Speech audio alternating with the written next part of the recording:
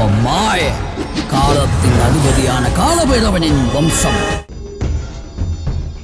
விழுப்புரம் மாவட்டம் திருவக்கரை பகுதியில் உள்ள அரசுக்கு சொந்தமான கல்குவாரி தண்ணீரில் தலை, கை, கால்கள் வெட்டப்பட்ட நிலையில் சடலம் ஒன்று கடந்த 23ஆம் தேதியன்று போலீசாரால் கண்டெடுக்கப்பட்டது.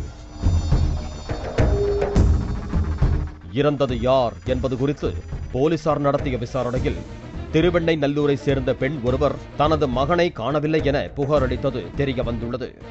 பின்னர் அடையாளம் காட்ட அப்பெண்ணை அழைத்து வந்தபோது இறந்தவரின் உடலில் கஸ்தூரி என பச்சை குத்தி இருந்ததை வைத்து இறந்தது தனது மகன் ராஜதுரைதான் என போலீசாரிடம் உறுதிப்படுத்தினார்.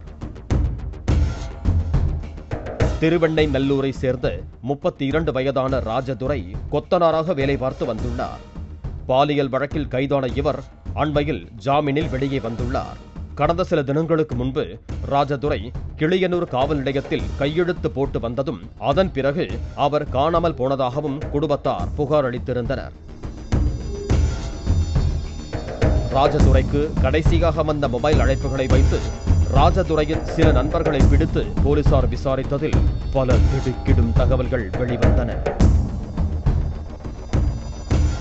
கொத்தனூர் பகுதியைச் சேர்ந்த சிவா, மோகன்ராஜ் மற்றும் சரவணப்பாக்கத்தை சேர்ந்த உதயா ஆகியோரோடு உயிரிழந்த ராஜதுரை நட்பாக பழகி வந்துள்ளார். ஜாமீனில் வெளியே வந்த ராஜதுரை செப்டம்பர் 26ஆம் தேதியன்று உறவினரின் துக்க நிகழ்ச்சிக்காக சொந்த ஊருக்கு சென்றுள்ளார்.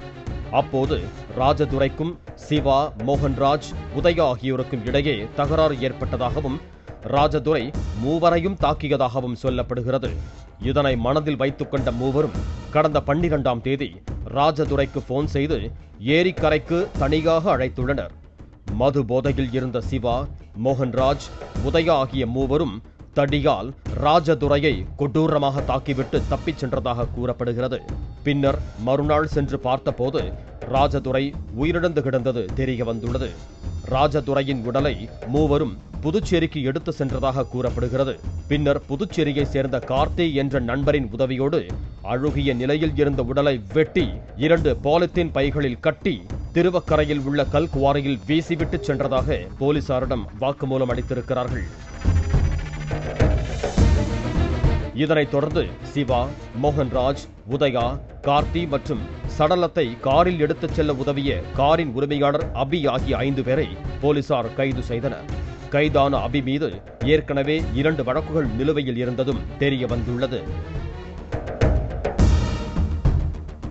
அவன் மாய காலத்தின் அதிபதியான காலபைரவனின் வம்சம்.